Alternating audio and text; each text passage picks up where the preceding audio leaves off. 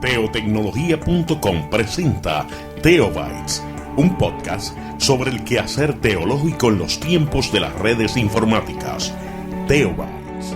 Vivimos en un tiempo donde pareciera que los cambios que experimenta la sociedad van más rápidos que las respuestas de la iglesia. Ciertamente nuestras familias e iglesias están experimentando cambios sin precedentes. La iglesia y los paradigmas familiares tienen una interrelación. Esto quiere decir que si hay conflictos familiares y comunitarios, eso incide en el crecimiento de la iglesia. ¿Cómo podemos como iglesia desarrollar prácticas que aporten a un crecimiento integral? Hoy en Teobytes. Busque una taza de café, de té o de chocolate y siéntese a la mesa con nosotros porque este tema será de gran bendición a su vida y a la vida de su iglesia. Saludos y bendiciones, les habla Jesús Rodríguez Cortés y les doy la bienvenida a esta edición de Teobytes. Nos acompaña la reverenda Yeritza Olivella para dialogar sobre el crecimiento de la iglesia. Yeritza es ministra ordenada de la Iglesia Cristiana Discípulos de Cristo en Puerto Rico.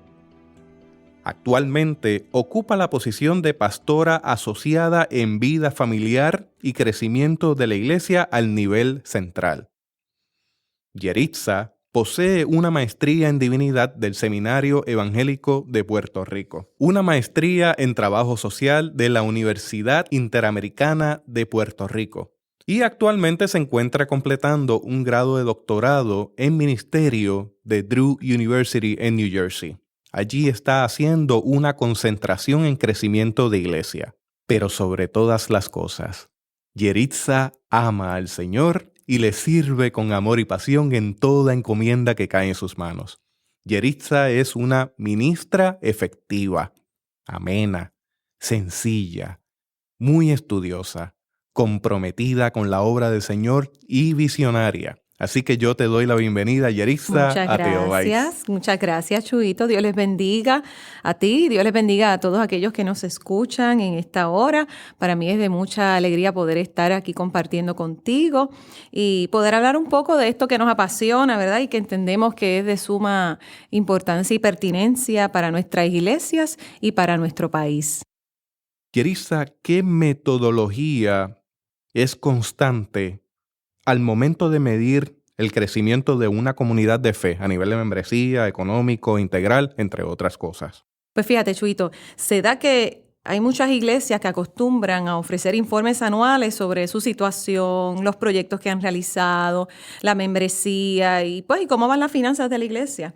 Es triste decir que hay iglesias en el país que no lo hacen, ¿verdad? Pero hablaremos de la iglesia que pertenecemos, que es la Iglesia Cristiana Discípulos de Cristo en Puerto Rico, que es una iglesia ordenada, estructurada y transparente en todo lo que hace, ¿verdad? Por eso entendemos que es importante pasar por ese proceso en el que toda la congregación, usualmente en asamblea, conozca lo que se ha hecho en la iglesia, cómo se ha hecho y aquello que nos falta por hacer.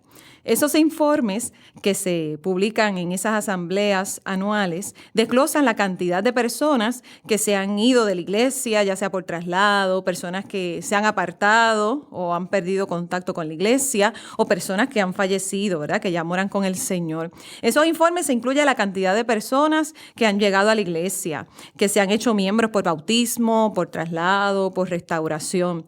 En esos informes se incluyen también los números de los ingresos y gastos. Se ven muchos números en esos informes. Y qué alegría nos da cuando vemos que en esos informes vemos que los numeritos van aumentando todos los años. Y a uno como pastor, ¿verdad? Nos llena y como pastora, uno se llena de entusiasmo porque vemos cómo la iglesia del Señor crece, no solamente en personas, sino también en términos financieros, ¿verdad? En términos de recursos para utilizar. Pero ¿qué pasa cuando esos números se estancan? ¿Qué pasa cuando esos números van bajando a medida que van pasando los años? Fíjate que el pastor, la pastora, el liderato y la congregación comienzan a desanimarse. Y entonces ahí vemos los números con otros ojos porque no nos gusta lo que estamos viendo. Y tenemos que hacer un alto para destacar el momento histórico en que vive nuestro país. Sabemos que estamos atravesando una crisis económica, social y espiritual. Y hay un fenómeno de inmigración donde cada año son más los que se mudan de Puerto Rico buscando nuevas oportunidades. Aquellos que son expertos en demografía y la tendencia que estamos viendo también en nuestras iglesias es que la gente que se está yendo del país, en su mayoría son personas jóvenes, son personas profesionales, familias con niños pequeños y preadolescentes como los tuyos, Chuito, o personas también de la tercera edad que tienen sus hijos viviendo fuera del país y deciden irse a vivir con ellos, ¿verdad? Y salen del país.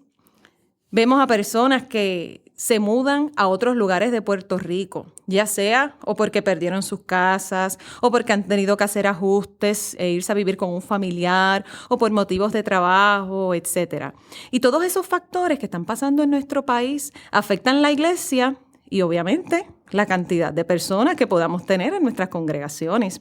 Y si vemos los números como la única forma de medir el crecimiento, cualquiera se frustra, cualquiera va de brazos caídos. Y ahí está el detalle, hay que tener cuidado porque en ocasiones caemos en fijarnos demasiado en los números e inclusive caer en algún tipo de idolatría de esos números, porque si no están como queremos, nos comenzamos a sentir inquietos, inquietas, ¿no? Sí, porque los números, como tú muy bien estás trayendo, Chuito, no deben ser motivos para idolatrarlos, ¿verdad? No, los números, fíjate que no pueden medir el crecimiento espiritual de un joven que llega a la iglesia.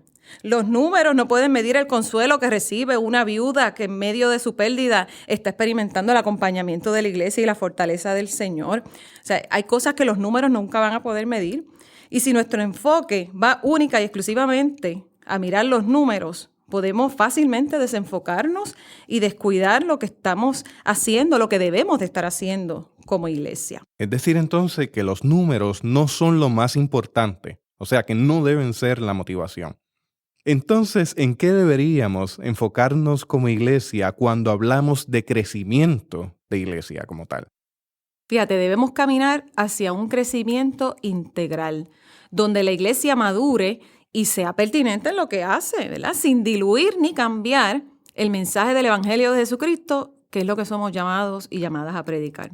Por eso nosotros tenemos que preguntarnos, como parte de ese deseo nuestro de tener un crecimiento integral, cuán efectivos nosotros estamos siendo en proclamar ese mensaje. La gente en nuestra iglesia está feliz, está sana, tienen deseos de ser transformados por Dios. ¿Cuán saludablemente estamos manejando los conflictos en la iglesia? Hay que preguntarnos entonces, ¿cuán efectivos estamos siendo? Hay que preguntarse, ¿la gente que está llegando a nuestra iglesia se queda? La gente que está en nuestra iglesia son personas felices, sanas, con deseos de ser transformados por Dios cada día. ¿Cómo estamos manejando los conflictos en la iglesia? ¿Cuán saludablemente lo estamos siendo? ¿Cuán intencionales estamos siendo en la educación cristiana, en el acompañamiento que le damos a las personas, en el discipulado, en el trabajo con la niñez, adolescentes, jóvenes, adultos? Y hay que preguntarse cuánta atención le estamos prestando a la administración de la iglesia, lo que es el cuidado del templo, los espacios de reunión. Los números no son lo más importante, habíamos dicho ahorita, pero no se deben descartar, no deben ser un elemento de juicio ni comparación para ver cuál es la iglesia más exitosa, entre comillas, o cuál es la figura pastoral más exitosa, entre comillas. Pero podemos nosotros optar en ver los números como unas metas y unos sueños por cumplir. Porque es importante que la iglesia sueñe, que los líderes y la figura pastoral sueñen cosas grandes para la iglesia. Tienen que ver el potencial de lo que pueden llegar a ser y hacer en el nombre del Señor. Por ejemplo, una iglesia puede tener dentro de sus objetivos o dentro de sus sueños o metas por alcanzar, aumentar su membresía por un 10%, por un 5%, el que determinen, o aumentar el presupuesto de la iglesia a un 5 o un 10% este año. Es que no podemos tampoco irnos al otro extremo e ignorar los números. Tenemos que mantener ese balance donde los números no son nuestro enfoque principal, pero sí nos sirven para no conformarnos y trabajar para la excelencia, porque hay que darle lo mejor al Señor. Ciertamente hay que hablar de calidad total en todo lo que hacemos. en todas las dinámicas de la iglesia, en lo que la iglesia ofrece como programa, en lo que hace para la comunidad. Hablando de la comunidad, ¿cómo relacionamos las dinámicas de familia y el crecimiento de la iglesia, que es uno de los temas que más te ocupa? Mira, cuando uno va a una iglesia, casi siempre la manera de dirigirnos la palabra es hermano o hermana. Yo soy hermana fulana, te presento hermano fulano, ¿verdad? Porque está ese elemento de familia, ¿verdad? Que escuchamos en nuestra iglesia, ¿verdad? Somos la familia de la fe. Aunque no tengamos relación sanguínea con todos los miembros de la iglesia, somos una familia y por consiguiente nos comportamos como una familia. Y en las relaciones humanas, especialmente la dinámica que se da ¿verdad? Entre los miembros de la familia, manejamos todo tipo de situaciones y tenemos que aprender como individuos y como familia a manejar esos conflictos, a manejar nuestras emociones, a manejar la ansiedad que sucede en el ámbito individual, familiar y colectivo dentro de una iglesia y una comunidad. Estamos inmersos en procesos emocionales que se manifiestan en nuestro comportamiento. ¿Podrías abundarnos sobre qué situaciones enfrentan las familias y las congregaciones?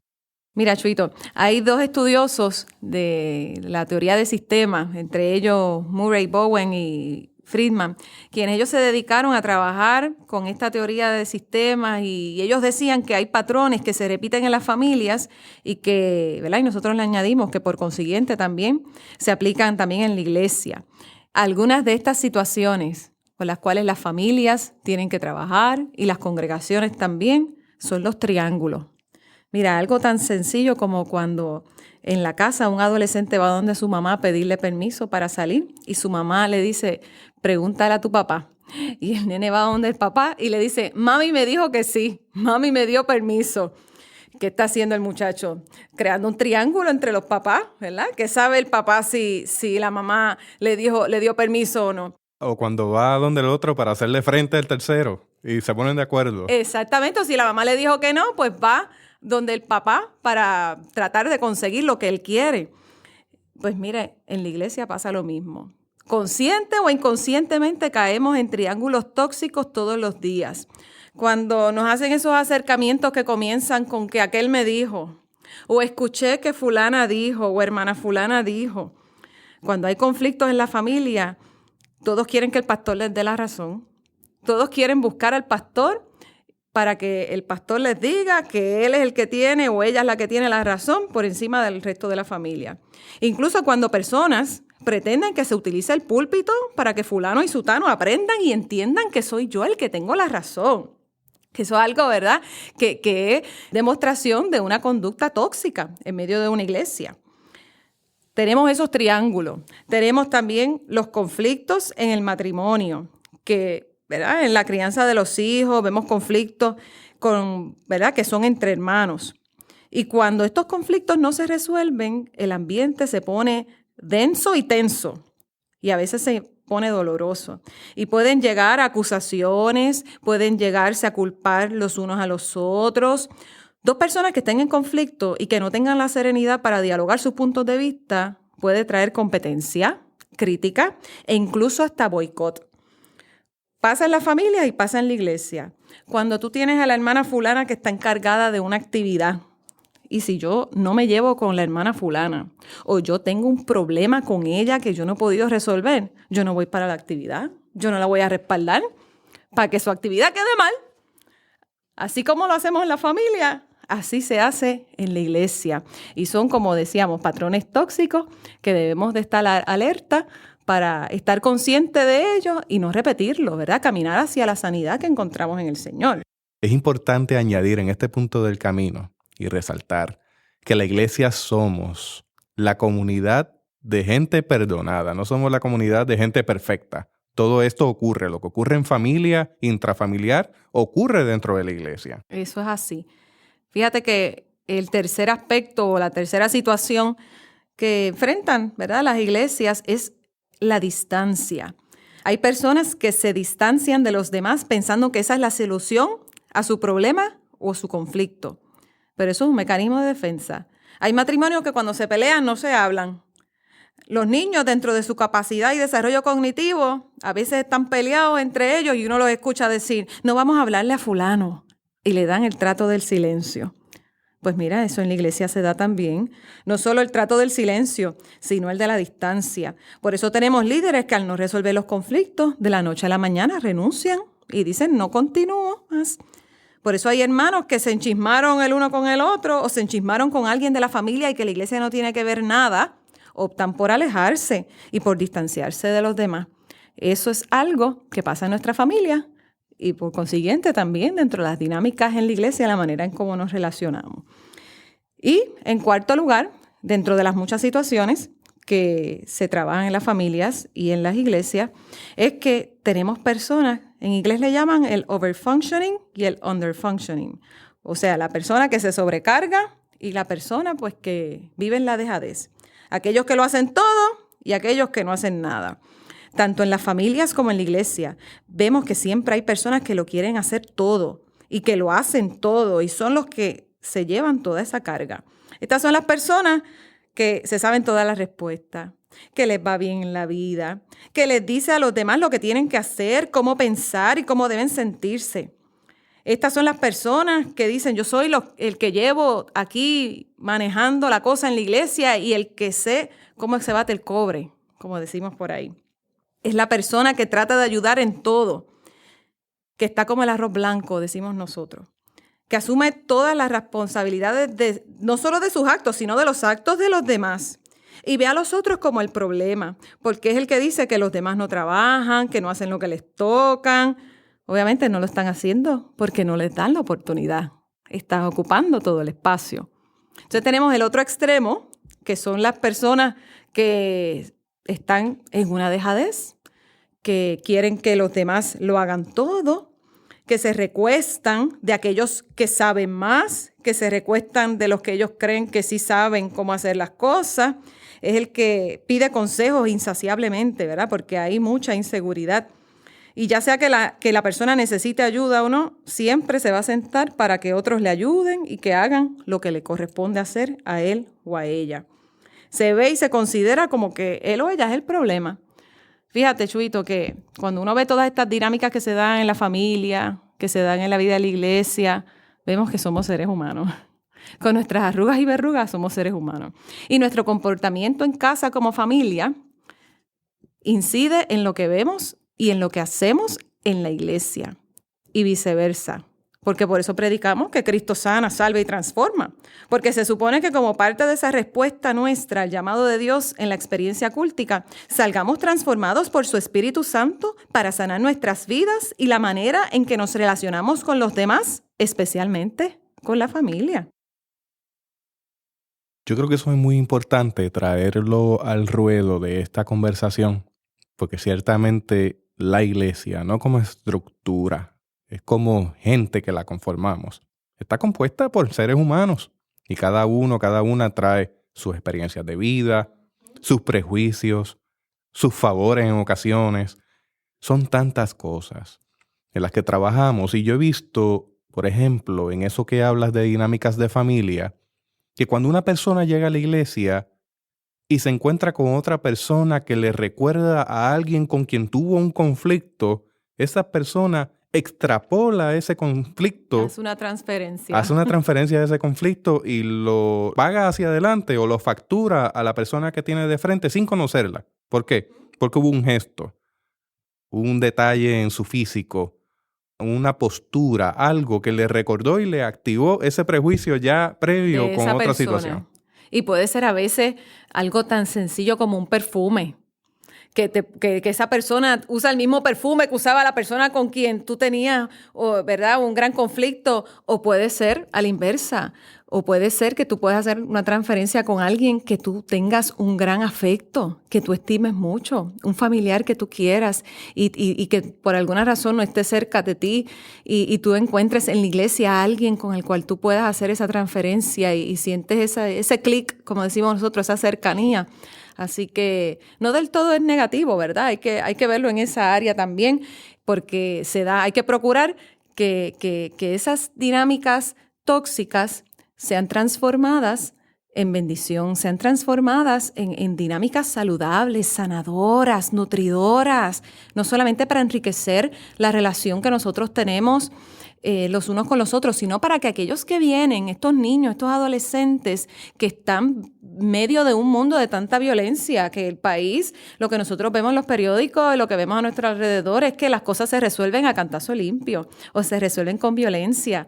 Todo aquel que no está de acuerdo contigo, pues vamos a someterlo a la violencia. Y mira, y encontramos en la palabra del Señor y a lo que Él nos llama a nosotros a vivir, es que podamos nosotros aprender a vivir en paz con el Señor, reconciliarnos con Él, reconciliarnos con las personas que están a nuestro lado y dar un buen modelaje a esos niños, a esas niñas que vienen creciendo y que puedan encontrar un modelo saludable para vivir.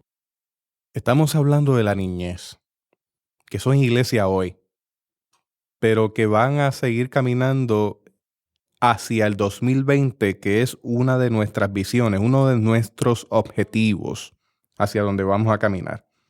Entonces, la pregunta es, ¿cuáles son los objetivos que debemos mirar de camino al 2020? Lo primero es que hay que ver que el 2020 está a la vuelta a la esquina. Ya estamos en el 2016, en cuestión de nada, ya estaremos en el 2020.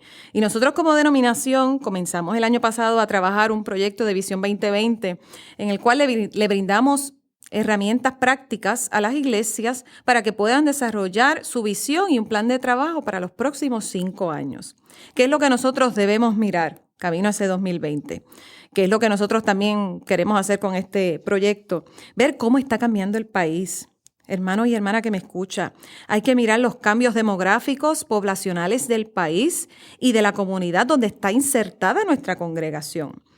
Porque una iglesia puede montar un proyecto excelente para niños en su comunidad, pero si esa comunidad está compuesta en un 75% de las personas, un 70% de las personas son mayores de 65 años, pues eso nos dice que la iglesia puede y debe desarrollar proyectos que sean pertinentes a esa población, sin descuidar los proyectos que van dirigidos a la niñez, porque eso debe ser algo básico y eso debe ser un proyecto que esté ya insertado en el corazón, en la vida de la iglesia, porque es de gran importancia que todas las iglesias tengan proyectos dedicados a la niñez. Yo lo voy a decir de esta forma, disculpa la interrupción. Adelante. Una iglesia que reduce cada vez más su presupuesto dirigido a programas para la niñez está garantizando su entierro.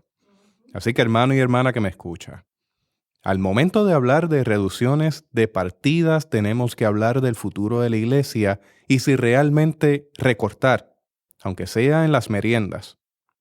Porque en ocasiones decidimos que vamos a invertir menos en meriendas y compramos toda clase de dulces que nada bien le hacen a nuestra niñez para poder abaratar costos. Entonces quizás esa no sea la manera correcta de hacerlo. Tenemos que invertir en el presente de la iglesia, que es esta niñez. No me va a escuchar diciendo que la niñez es el futuro de la iglesia, es el presente y merece lo mejor. Y una iglesia que no lo entienda está destinada a perecer. Estamos totalmente de acuerdo con lo que acabaste de compartir. Por eso debemos mirar hacia dónde están dirigidos nuestros proyectos, la distribución del presupuesto que nosotros tenemos en nuestras iglesias, como tú muy bien acabaste de mencionar con los niños. O sea, ¿cuánta importancia le estamos dando a esos proyectos en la iglesia? Vamos a mirar el presupuesto. Vamos a ver cuánta es la partida que se le está asignando para esos proyectos, especialmente que van dirigidos con la niñez, que están dirigidos a servir en la comunidad. Son cositas para pensar y uno reflexionar en ellas. Hay que mirar los planes de desarrollo para el lugar donde está insertada la comunidad. O sea, ¿qué piensan construir en la comunidad? ¿Cuántos proyectos o unidades de vivienda tenemos nosotros alrededor? Hay que mirarnos también hacia adentro y ver lo que tenemos en las manos. O sea, ¿cuáles son los recursos que nosotros tenemos? Miren, en las iglesias tenemos muchas personas sentadas en las bancas que no se atreven a ofrecerse para trabajar en algo en la iglesia. Y hay que hacer un inventario, no solo de los recursos materiales que tenemos, sino de los recursos humanos. Nuestras iglesias están llenas de gente talentosa con deseos de servir y tenemos que darle la oportunidad para que así lo hagan. Tenemos que mirar camino al 2020 o el año 2020, cuán saludables son las relaciones entre nosotros como parte de una congregación. Hay que ser intencionales en que la gente haga un enganche con el Señor en primer lugar y que haga un enganche con la gente de la iglesia. Que la persona sepa que en ese lugar puede tener amigos, gente con quien relacionarse. Que si es joven, sepa que allí hay otros jóvenes que comparten sus mismos intereses. Que si es un matrimonio el que llegó, sepa que hay otros matrimonios también atravesando situaciones similares a las de ellos. Y así sucesivamente con cada población que representa nuestra sociedad y que nuestras iglesias desarrollan programas de apoyo y acompañamiento para ellos. Tenemos que mirar también lo que la iglesia ha hecho antes. ¿Qué funcionó? ¿Qué no funcionó? ¿Por qué funcionó y por qué no? ¿Qué podemos nosotros volver a hacer? Cosas buenas que se hicieron ya en la iglesia. Quizás modificar, actualizar, ¿verdad? Para ser pertinentes a nuestra realidad actual. Pero cosas buenas que ameritan volverse a repetir.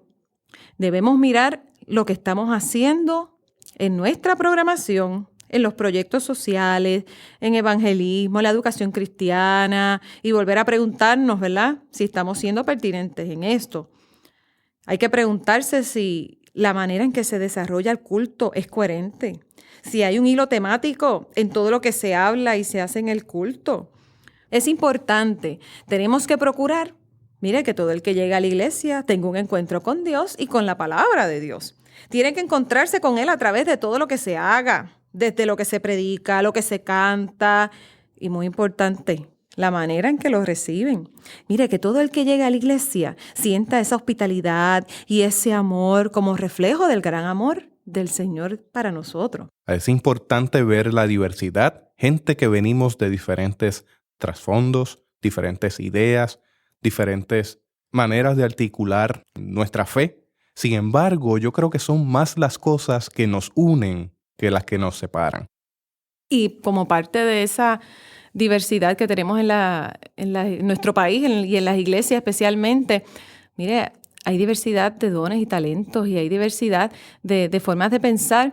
Y como decíamos, hay mucha gente talentosa en nuestras iglesias que están deseosas por servir, que están deseosas por trabajar. Escuchaba a alguien hablarme sobre un reto, ¿verdad? Un área de oportunidad que tenían en su congregación, y es que tenían un reglamento que establecía que tenían que esperar más de 5 o 6 años que la persona fuera ese miembro de la iglesia para poder trabajar y servir en algo en la iglesia. Y pues evidentemente esa iglesia ha perdido muchos miembros, muchas personas en los últimos años porque la gente llega con deseos de trabajar. La gente llega con deseos de servir. Imagínate, están enamorados del Señor, lo conocieron, quieren contarle a todo el mundo lo que Dios ha hecho con ellos y con su familia. Y se encuentran, una barrera, un impedimento que no les permite a ellos poder servir. ¿Y qué hacen? Pues se mueven a otro lugar, se mueven a otra iglesia donde sí le den el espacio. Miren, tenemos que abrirnos un poco y en este proceso de apertura, de servicio, ¿verdad? Para estos hermanos nuevos que llegan y tienen esos deseos de trabajar, podamos hacerlo de una manera acompañada, que podamos hacerlo intencionada, con un discipulado, donde sí la persona continúa trabajando, pero seguimos compartiéndolo, seguimos siendo intencionales en esa educación cristiana, en esa formación de lo que es un discípulo de Cristo, un seguidor de Jesús, que todo lo que nosotros hagamos, ¿verdad?, sea intencional para que toda persona que llegue a nuestra iglesia se encuentre con el Señor todos los días y que sean otros y otras los que se unan. Allá en la palabra del Señor, en el libro de los Hechos, nos habla de la historia de la iglesia primitiva. ¿Y qué nos dice el texto? Que ellos estaban allí orando, compartían el pan los unos con los otros. ¿Y qué hacía el Señor? Añadía a la iglesia los que habían de ser salvos. El Señor es quien da el crecimiento, no lo damos nosotros. A nosotros nos toca orar, hacer la voluntad del Señor, relacionarnos bien los unos con los otros, y el crecimiento lo va a dar el Señor por su gracia y su misericordia. Así que procuremos ser una iglesia embestida por el poder del Espíritu Santo como aquella iglesia experimentó en los primeros siglos. Eso es así. Eso es lo que el Señor espera de nosotros, que haya una iglesia comprometida, con líderes comprometidos, con pastores y pastoras que estén comprometidos con la obra del Señor y con lo que Él nos ha enviado a hacer a cada uno de nosotros. Dice la Biblia en Filipenses, capítulo 3, versículos 12 al 14. No es que yo lo haya conseguido todo o que ya sea perfecto. Sin embargo, sigo adelante esperando alcanzar aquello para lo cual Cristo me alcanzó a mí. Hermanos, no pienso que yo mismo lo haya alcanzado, lo haya logrado ya. Más bien, una cosa hago, olvidando lo que queda atrás y esforzándome por alcanzar lo que está delante, sigo avanzando hacia la meta para ganar el premio que Dios ofrece mediante su llamamiento celestial en Cristo Jesús.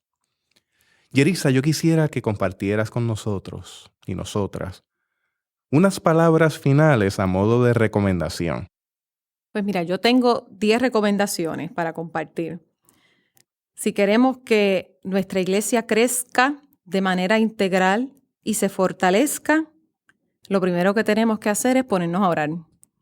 No podemos proyectar, planificar y establecer un plan de trabajo para los próximos años si sacamos a Dios de panorama, porque el Señor tiene que estar presente y lo hacemos caminando bajo la voluntad del Señor, buscando su dirección, porque al fin y al cabo nosotros vamos a hacer lo que Él quiere que nosotros hagamos en la comunidad donde nos ha puesto, en la iglesia donde Él nos ha puesto. Cuando hablamos de orar, estamos hablando de las disciplinas espirituales. Orar, leer la palabra, ayunar. En ocasiones tenemos que ayunar inclusive de electrónicos, de cosas que nos quitan el tiempo que debemos dedicarle libre y voluntariamente al Señor. Y hay un cuarto punto, una cuarta disciplina de la que se habla muy poco, la contemplación. Hay que orar hasta el silencio. Cuando uno calla y escucha la palabra de Dios, esa voz del Señor que entra al interior y nos deja saber cuál es su propósito. Por eso es que la oración es tan importante, porque a través de la oración, y como bien expresó y añadió Chuito, de las disciplinas espirituales, la intención es buscar esa presencia del Señor y buscar su dirección. Así que eso es lo primordial, hermano y hermana que nos escucha. Lo segundo, hay que ver las fortalezas y las oportunidades que tenemos como iglesia y las mías también como individuo, porque yo tengo que evaluarme y ver en qué yo puedo contribuir en la iglesia, cuáles son esas áreas que yo tengo que trabajar como persona y cuáles son esas fortalezas, esos talentos y dones que Dios me ha dado para ponerlo al servicio de los demás. Por eso hay que ver las fortalezas y oportunidades tanto en lo individual como en lo colectivo. En tercer lugar, hay que trabajar con la toxicidad. Hay que trabajar con esos patrones que son dañinos, esos patrones en las relaciones humanas como los que mencionamos, ¿verdad? De conflictos, de los triángulos, el distanciamiento, cuando lo queremos hacer todo o cuando no queremos hacer nada, entre otros. Hay que trabajar con eso.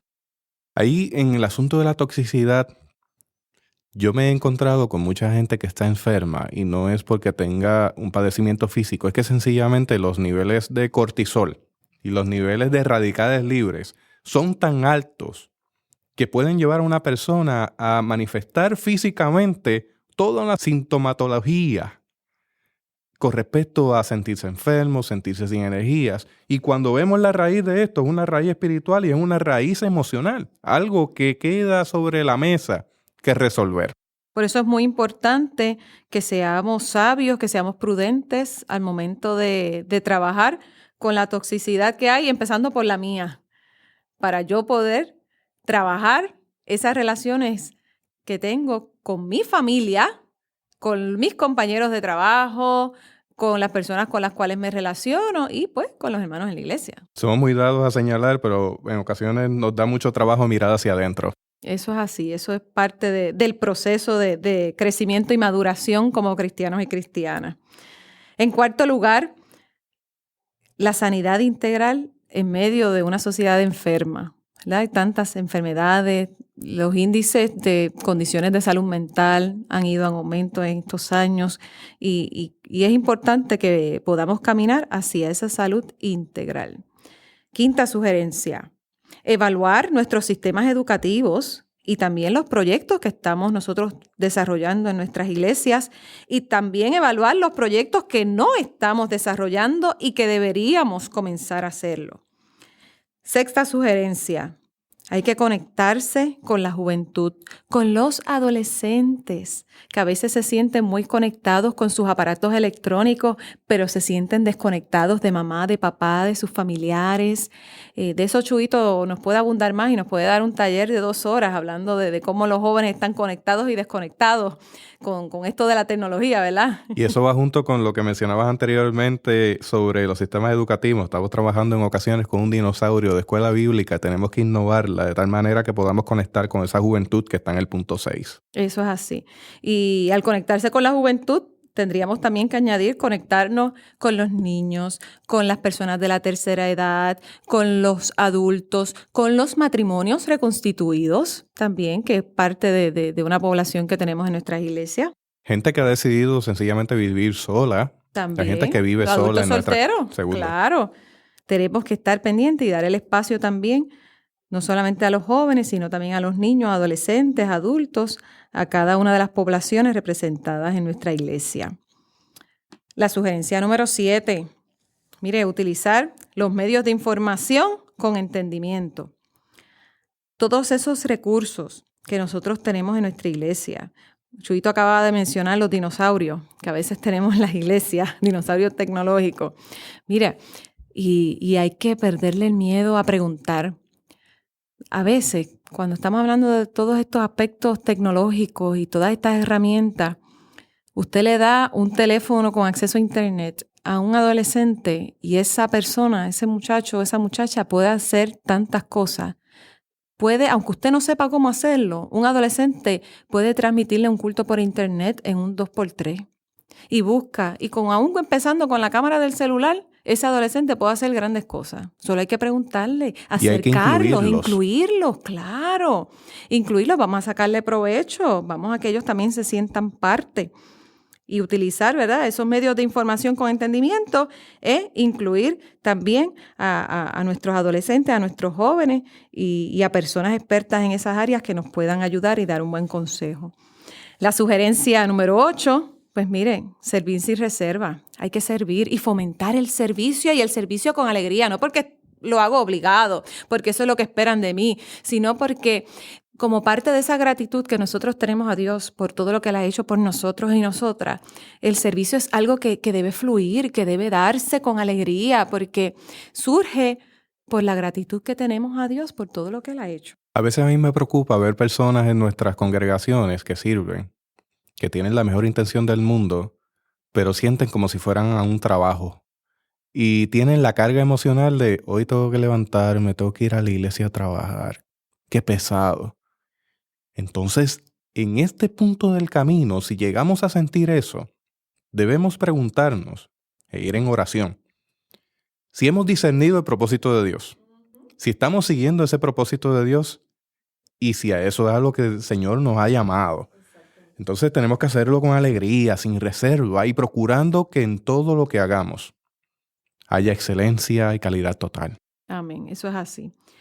La sugerencia número 9 es que tenemos que empezar a desarrollar y a darle seguimiento a unos planes de retención de miembros o de retención de personas. Hay veces que en las iglesias recibimos todos los domingos visitas o personas que llegan por primera vez y puede ser que esa persona nos vuelva a visitar un segundo domingo, pero ahí quedó, no hay ningún tipo de seguimiento con esa persona. A veces las personas llenan alguna tarjeta con la información personal, entiéndase nombre, dirección, número de teléfono. Eso es una gran herramienta para nosotros tener un contacto, acercarnos a esa persona. Si esa persona abrió su corazón y nos dio esa información tan íntima, tan personal, ¿verdad? Como lo que es su dirección, su número de teléfono. Incluso hay personas que escriben sus peticiones en esas tarjetitas cuando llegan por primera vez a una iglesia. Pues mire, tenemos un área de oportunidad para crear, para diseñar y trabajar esos planes de retención para que esas personas que están llegando se queden en la iglesia, ¿verdad? Que tengan ese encuentro con el Señor y sean parte también de nuestra comunidad de fe. Y la sugerencia número 10 para compartir, miren, es que hay que seguir caminando en el nombre del Señor. Hay que soñar en grande, hay que trazarse metas y hay que entregarse al Señor todos los días para cumplir con la vocación que Él nos ha dado a nosotros y a nosotras. Hay que caminar, hay que soñar en las manos del Señor, confiando que Él es quien dará el crecimiento a su iglesia. Como dice en Filipenses, el texto que leímos, no es que ya lo haya conseguido o que ya sea perfecto. Es decir, todavía no somos maduros, vamos caminando hacia esa madurez. Yerisa, yo quisiera que tú compartieras con nosotros, ya que eres la pastora asociada de vida familiar y crecimiento de la iglesia a nivel de Puerto Rico, tu correo electrónico, cómo podemos contactarte, porque este esfuerzo no es únicamente para la denominación Discípulos de Cristo. Nuestra iglesia está dispuesta a colaborar con cualquier denominación en y fuera de Puerto Rico que necesite información, que quiera orientarse, que quiera obtener recursos para poder caminar hacia un crecimiento integral. Sí, estamos para servirles. Queremos que ustedes sepan que estamos para servirles, para acompañarles. Durante el transcurso de este diálogo, en un momento dado mencioné sobre el plan, el proyecto de Visión 2020, en el cual les compartimos unas herramientas prácticas a las congregaciones nuestras que les permitan establecer un plan de trabajo para los próximos años, ¿verdad? Y poder crear un análisis contextual de la comunidad en que están. Si usted desea compartir alguna pregunta, alguna duda con nosotros, puede comunicarse a través del correo electrónico familia@discipuluspr.org. familia@discipuluspr.org. Nos pueden buscar también a través de Facebook, Discípulos PR, y nos pueden buscar también a través de el site nuestro en internet, discipuluspr.org. discipuluspr.org. Gracias, Yerisa. Ha sido un privilegio enorme. Y gracias a ustedes por escucharnos en este día. Estamos para servirle. Dios les bendiga mucho. Hasta aquí esta edición de Theobites. Gracias por darnos el privilegio de llegar hasta ustedes a través de las redes informáticas. Será hasta el próximo episodio. Que la paz y la gracia de nuestro Señor Jesucristo sea con ustedes. Esto fue Theobites, presentado por teotecnología.com, un podcast sobre el quehacer teológico en los tiempos de las redes informáticas.